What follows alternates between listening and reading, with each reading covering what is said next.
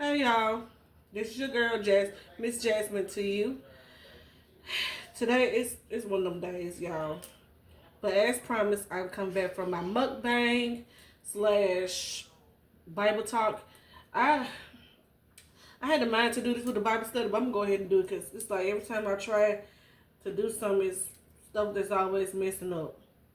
But I'm gonna go ahead and try to do this and get through it, no matter what. I'm just gonna get through it. So I do have some toppings in mind, but I don't know about the actual. This is some lemon juice that I'm putting on it.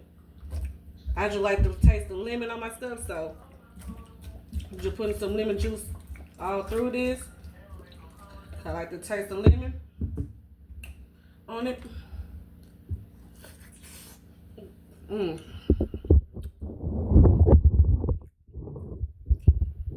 I'm just trying to put this as close as possible.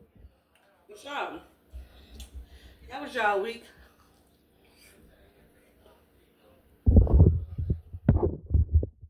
How was y'all week? 'Cause right now, it's like everything is trying me, and it's like the devil is trying to defeat everything I'm doing. But if he ain't working on you, then you ain't on the right path. And with that being said, I'm still gonna try to live right. No matter how many times I may get it wrong, I have to restart.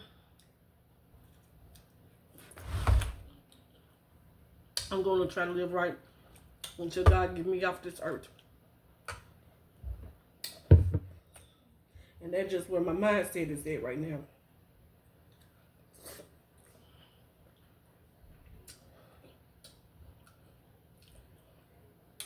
And I'm gonna say this: it's like when you do make that mindset, that when you do make your mind up to live for God, that's when the worst, the start, everything starts to try to fall apart.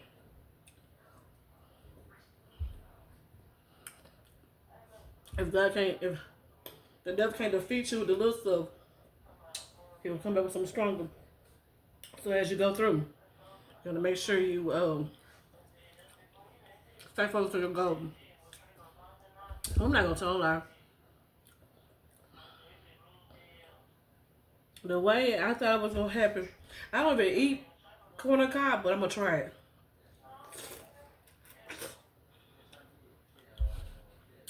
It tastes good. This is my first time eating corn on the cob, y'all. I'm gonna go ahead and eat it.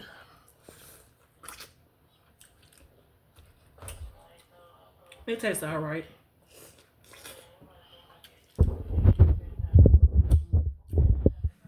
It tastes alright. It tastes alright.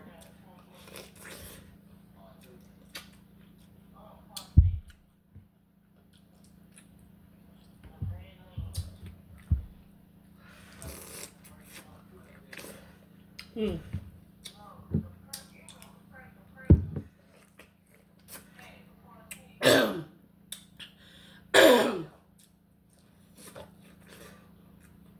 This tastes good.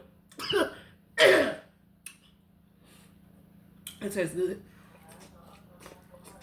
Mm. This is medium spice. Mm-hmm.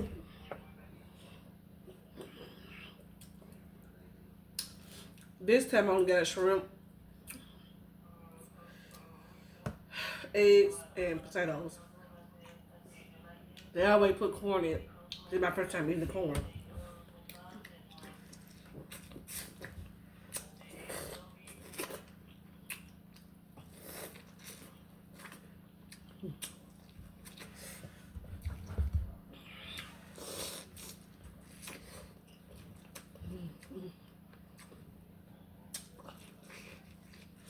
Mm. Okay. I got a little towel right here to keep my face clean as well. Uh, it's like as soon as I try to start this this this live, this video, that's when stuff wanna go to happening. And then once I get done with this, I'm gonna start on my daughter's hair.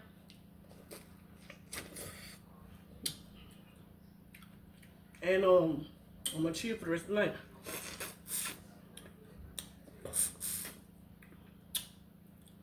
I might get in God's word as well. Just study. Cause I don't know what's going on with me lately. Is anybody else experiencing anxiety?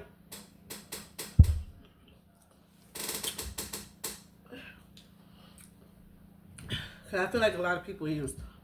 It's like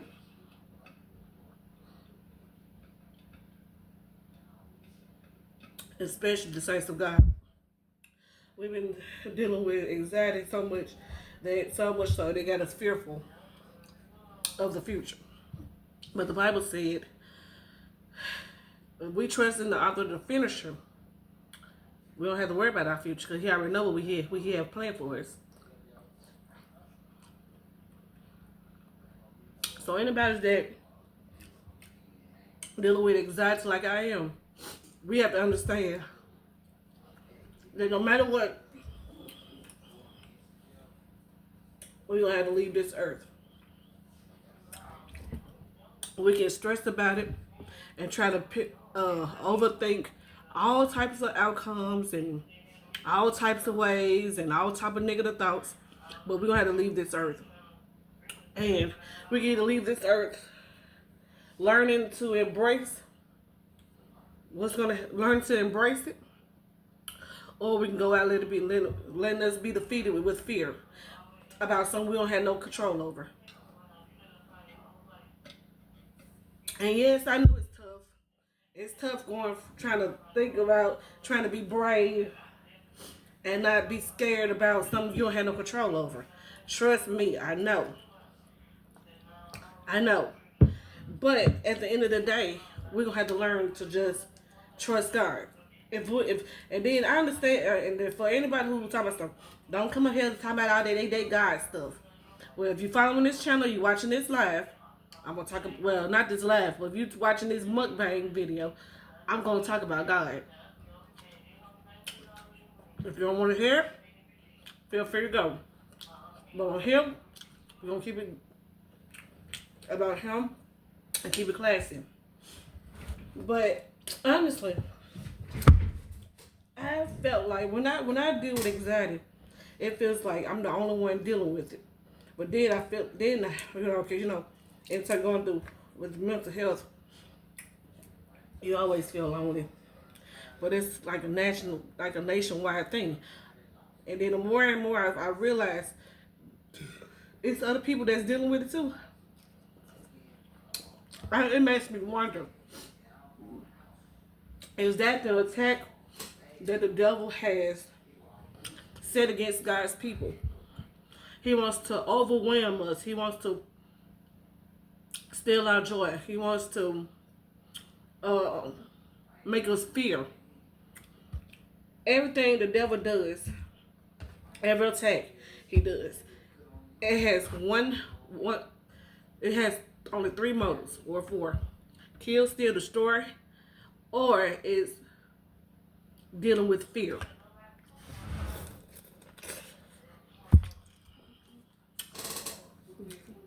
It has something to do with fear. So, anxiety. Okay, I always struggle with anxiety, especially since I had the accident a couple of years back. It was my aunt. She was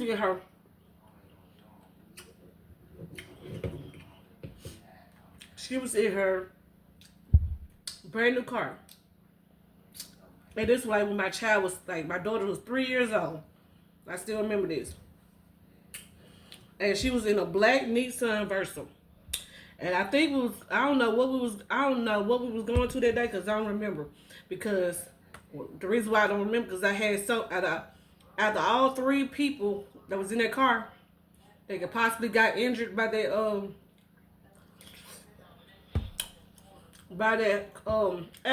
car accident. I think I was the one who took the most injury. Being that the only thing that happened to my auntie was a few scratches, thank you Lord. My daughter, she only had a couple of bruises on her. But when it comes to me,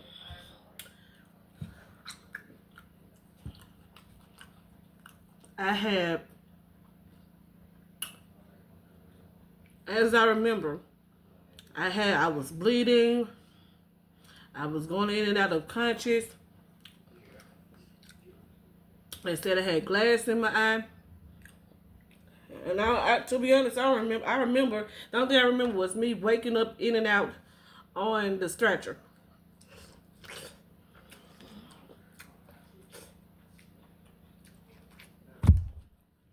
I remember when the accident first happened.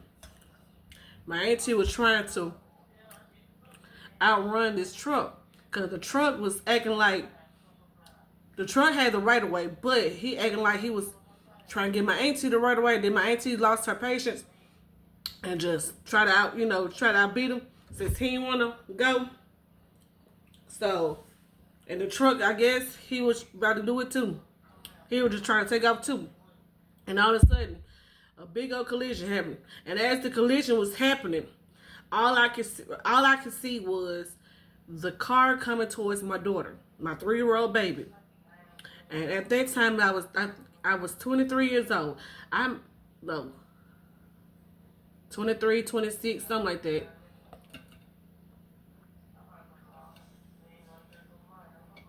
Yeah, I was 26. And I saw that truck coming towards my daughter. And I made a choice right then that some of y'all would think is stupid and foolish, but I made a choice to be a superhero in my eyes / a mother.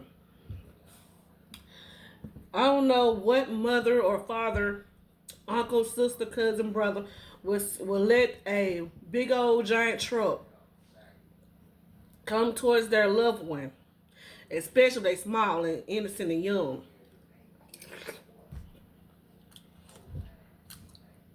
And hit my baby, who was only just three years old at the time. I jumped over her to save her and to pull her out the way. And all of a sudden, things just got black.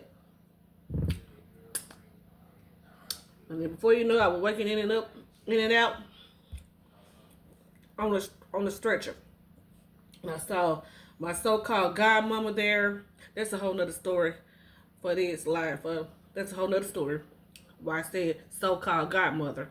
That's a whole nother story. A whole nother story time mukbang.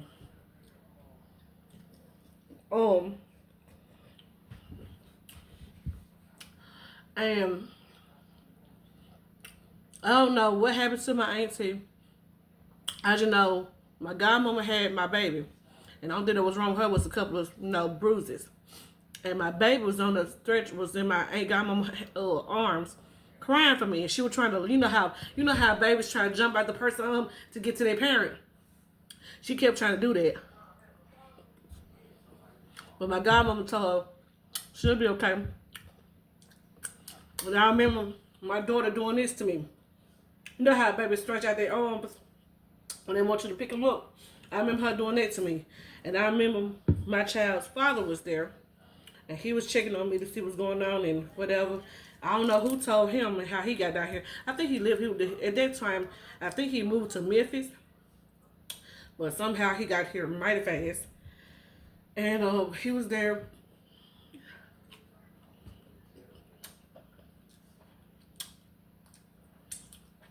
But the main part of that story was, that's how my anxiety started.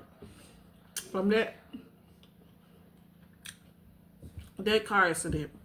And yeah, I know I'm the one who had a choice to the point where I didn't have to jump on my daughter. But guess what? I wanted to. If I wanted to protect my child, there was nothing going to stop me. Even if I would have lost my life, I was willing to do that for my child.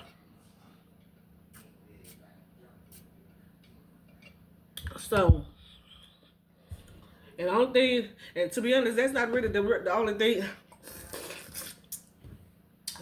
That was the main factor of my, one of the top factors of my, why my anxiety started.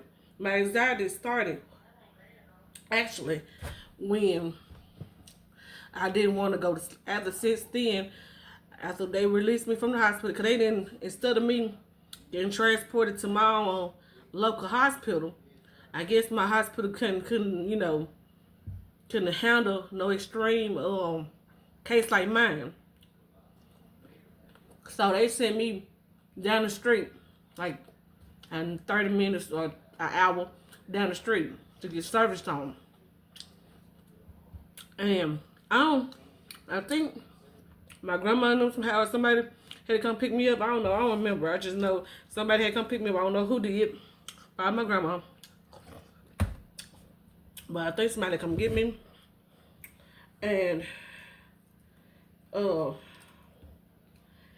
think it was my grandma, because she was talking about how my auntie was doing fine and the baby doing fine and everything. But anyway,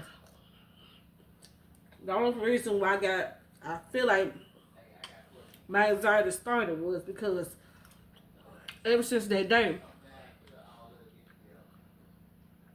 and I put my own life on the line, and I guess it kind of freaked me out to the point where, like, I really could have lost my life. Even though at that point in time I didn't care. But when everything started to, you know, I guess when I kind of started to, you know, to think about it, I'm like,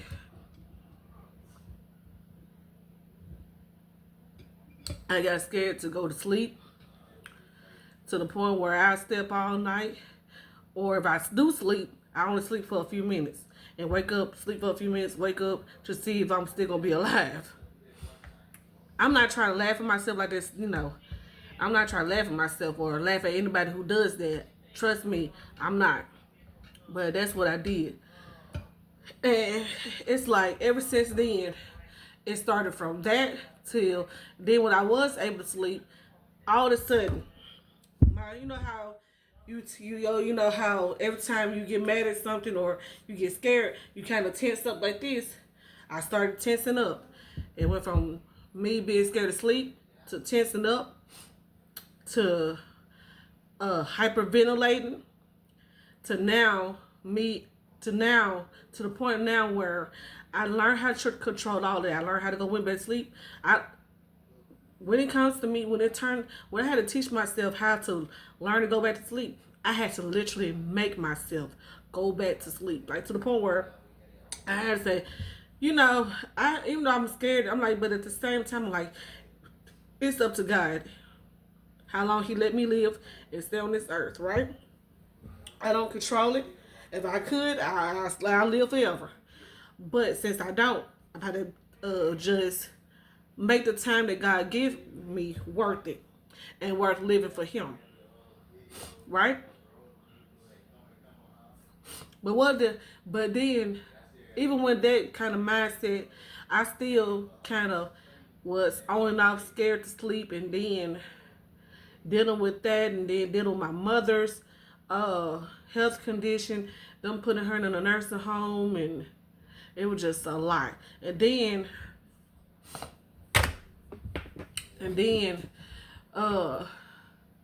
as that happened, and you know, I was okay for a while, then it was the whole let's move out. I moved to Kentucky. And when my mother was living, she was, before she, you know, she got worse off of her condition, they were trying to help. She was walking and she was doing great. For whatever reason, she wanted to come back to Mississippi. She came back for her children, me and my brother, and my, you know, her grandbaby. And I don't fault her for that, but I wanted her to stay down there and focus on her, focus on getting her health together, focus on getting her life together. Me and my brother, we was gonna be here waiting on her. We just wanted her to get herself together. so she can go back to being her, and without having to be, dependent on anybody. We don't. It's not like we don't mind helping out my mom but at the same time, it can be stressful, especially in my situation. For me, it was stressful. It was very stressful. Had to deal with a sickly mom who could have, who was disabled. Had a little baby to deal with. Had father issues and issues with her dad. Then my brother was acting out, being bad, like every teenager does. And then it was just a lot. And then from that till me drinking a lot, it was a lot. And then after my mama did come back,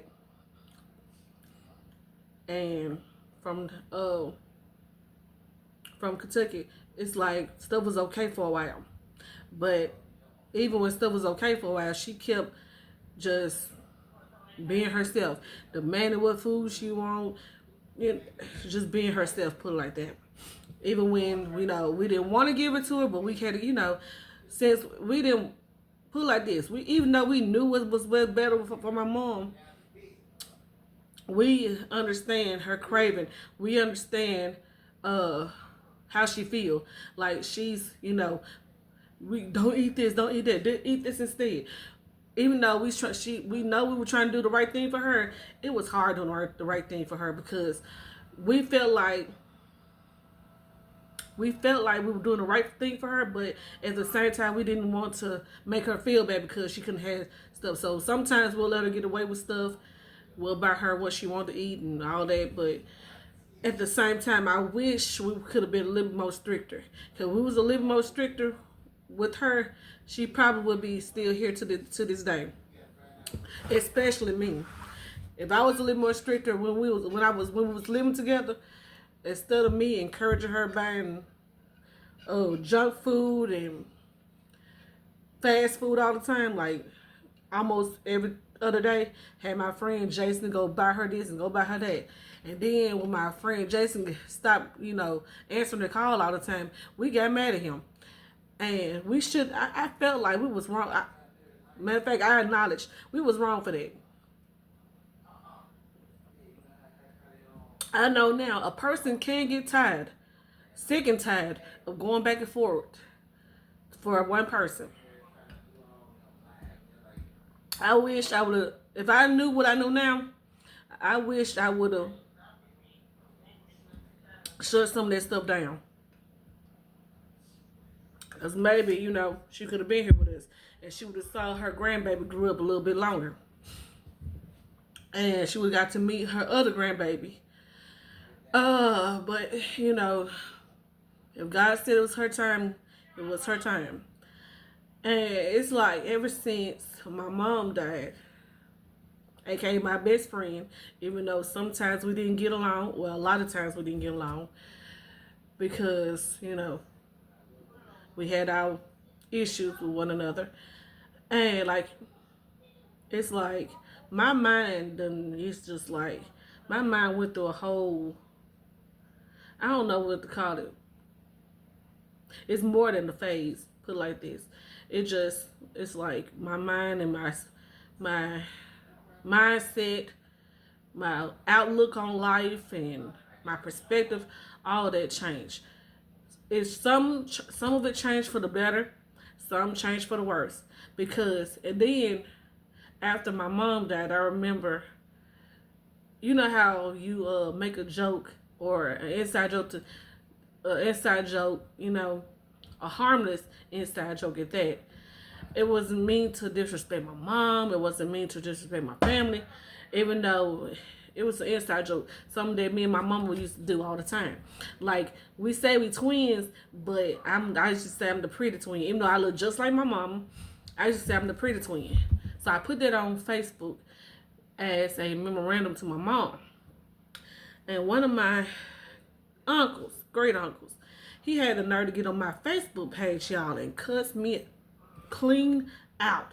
Even I'm trying to figure out how he even saw it on my page. One of my messy kid folks went back and I guess screenshotted the stuff and sent it to him. And all of a sudden he had feelings about something that had nothing to do with him, but yet has the nerve to want to pick on somebody. I don't know what is it, but every funeral we have in a family, he always arguing with somebody. And I guess it was my turn for him to argue with me, even though I wasn't really arguing with him. But mostly he just went off on me, and then instead of the family telling him, putting him in his place and telling him, look, she already dealing with her mother's death. Why are you going to make it worse? And, you know, they up here letting him talk crazy at me, cussing me out, literally. I'm up here viewing my mama's body in her casket. And he comes in with this nastiest attitude and cussed me out. Nobody said nothing. But as soon as I start snapping on him, it ain't the place for that. Ain't the time for that. Okay, what was that energy where he was cussing me out, right? So, and then, so I let it, after a while, I went to snapping for a while, but after a while, I let it go. I let it go for now. But then, because I think after an hour or two of that happening, my friends came there. They supported me. My friend my friend at the time, Shantae Holmes, and her brother Jason Holmes came to support me. They knew what my mom meant to me and all that. And still to this day, I think they the greatest set of friends, because only friends will sit by you in a time of need. And after my friends, you know, viewed her body, I think Jason couldn't even go close to her without breaking down. My friend Shantae, after a few minutes, and she's just sitting there watching her, my mom lay in the casket. I think it done got to her because she started crying, and which I started crying and all of that. And then Jason, my friend Jason, her brother, by the way, walked out and just sat in the car till his sisters was ready to go. And it's like right after that, I already knew it's like a part of my heart was being ripped off. And then my anxiety came back. It came back even stronger that time because I was hyperventilating. I couldn't sleep good. And the only thing that made me went to sleep was when I was drinking. And I started drinking a little bit heavy around by that time because, like I said, I was dealing with my mom's death. And, yeah. So it came back during that phase. And then it's like now I was doing a damn, after a while of me, you know, dealing with my mom's death, and then had to move in with my grandmother, which is, girl, y'all, that's a whole nother story. Well, story times, not just one, story times, like series for itself. Me moving into my grandma's house, when I say that's a whole series by itself, that's a whole series by itself. And then I move into my grandma's house, and it definitely, you can come out here and get some shrimp. It's definitely started to pick back up, because not only I had to deal with that, my mom's death. I had to deal with my crazy uncle, great uncle. Now I had to deal with my grandmother, who I don't get along with either, up until now. And we went through some stuff. I went through some stuff with her. Every time I look around, it was us fighting. Well, not physically fighting. Let me go ahead and rephrase that. Not physically fighting, but arguing. We argue nonstop. Nonstop. She talked about me like a dog, especially in front of my child. And it's like she kept trying to at that point in time, she called herself trying to keep me on a leash. Literally. When I first moved in my grandma's house, by the time I was 28 years old, I think 26, 27, 20 something, my grandma called herself trying to keep me on a leash. And it's like I couldn't do nothing but stay in the house and be miserable. And then when I kept expressing how miserable I was being in this house, like a caged bird and, all the other stuff. And then when I tried to, it's like when I tried to have a little happiness in the house, she never fails to start something with me. And it's like my anxiety grew even more because it's bad enough when you already still dealing with your, with that. And then dealing with the aftershocks of, I'm like, it's you dealing with your mama's death. Then all of a sudden you got to move in with your grandma. Your grandmama is grieving. She taking it out on you. And y'all can't stop arguing and getting into it because she's being mean and nasty. And I can admit, yes, I was mean and nasty too. But the only reason why I was mean and nasty is because she was being that way first. It's like, if you're going to mistreat me because you're grieving, then, yeah, who in their right mind would be would be happy while somebody is picking on them nonstop and talking about them and criticizing them to the point where you felt like you were nothing in her eyesight. She made me feel like I was no more than dog's poop at times. Because at times she'll talk about me. When I say she used to talk about me so much to the point where my daughter used to be her main audience. She'll go around talking about me like a dog in front of my daughter every time. And mind you, my daughter was number 3 years old. And it was to the point where I had so much anxiety and so much depression staying in the house with my grandmother that I sought out men. I started out using drugs. I started out using alcohol to numb my feelings. And then for a while it worked and for a while it didn't. And then I kept panicking and it was just problems. And then it's no reason, no matter what you feel about a person, it's no reason you should go back and dog them out in front of their child. That's the most disrespectful thing you can do to a parent, especially to a young parent who's trying to do the right thing.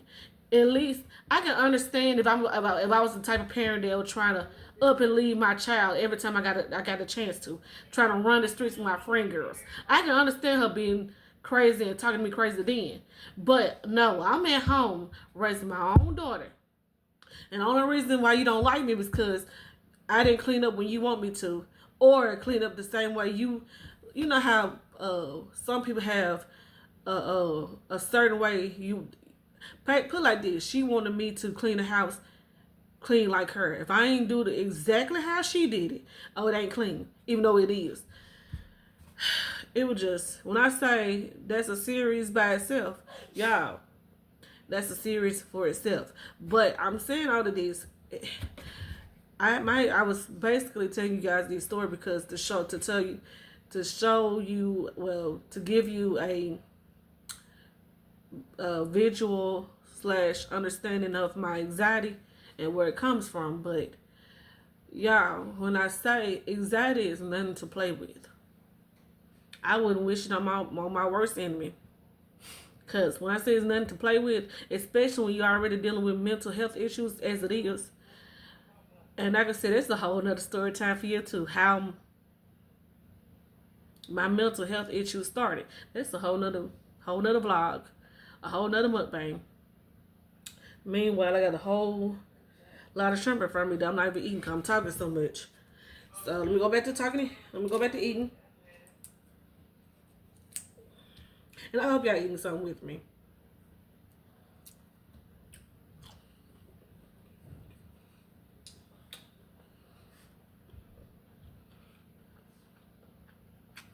Brain,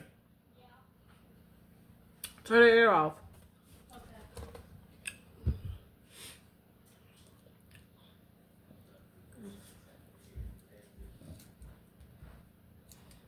They know.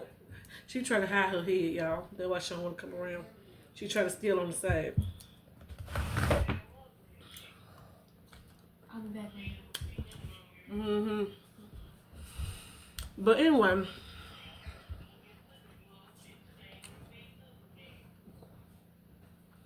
I know I'm gonna be doing the Bible study, and at this point, I don't even have nothing to Bible. I can Bible study about it, but I don't really feel like I might have to come back a little bit later when I get back in the right mindset to do the Bible study. Because right now, I'm not in the right spirit to conduct a Bible study with you guys right now. So I'm gonna come back at another time when I fix my attitude and be in the right spirit to do something and repent to God about some stuff I said and did throughout the day. Then I'm gonna do that Bible study. But right now I'm just gonna do a little chit chat. But anyway, yeah, I understand. Anybody that's dealing with anxiety, trust me, I understand. I understand where you're coming from. I understand what you're going through. Especially if you're going through with health issues and all of that. Trust me, you guys are preaching to the choir.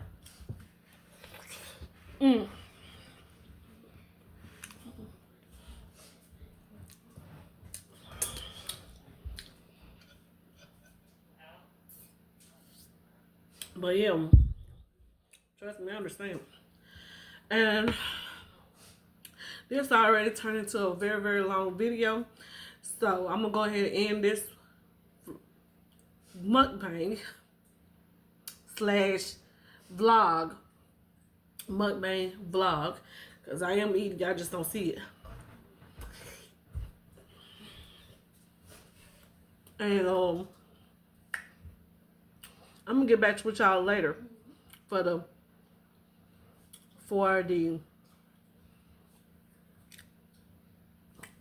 Bible study. Because right now I'm not in the right spirit. And if I'm not, and I believe if you're not in the right spirit, don't teach or try to do a Bible study. If you're not in the right spirit, or if you are not right in spirit and truth, don't attempt it. So I'm gonna end this vlog slash mukbang right here, and I'm gonna come back to you guys a little bit later. If not tonight, probably tomorrow. Fresh new attitude and ready to get my Bible study on. See y'all. And let me end it with a positive note. Anybody that's dealing with anxiety or going through family wise, relationship wise, marriage wise, understand it's even if it's mentally, health wise, physical health wise. Trust me when I say God got us. God got us as much as but here's the thing, we got to learn to trust him. It's hard, especially when stuff is not going the right way that we want it to. Even if it goes down opposite left all the time, we got to trust him. It's hard, but we have to trust him. If we don't, who else we gonna trust? We can't put our trust in man, in people. Cause trust me, they will disappoint us way more than anything else would. And just because God don't give us what we want, don't mean it should be a disappointment. Maybe, it's just whatever. Put like this, we have to accept what God allows. Yeah, we have to accept what God allows, and anything that's not caused by God, we don't have to accept. But if God is allowing it to happen, just accept it and ask him what you should learn, and ask God what we should learn from this. Okay, God, I'm dealing with so much anxiety, so much hell. What should I learn from this? What I'm going through mentally and physically. What should I learn from this? Amen. Okay, like I said, I'm gonna end this here because it is very, very long, and I'll see you guys later.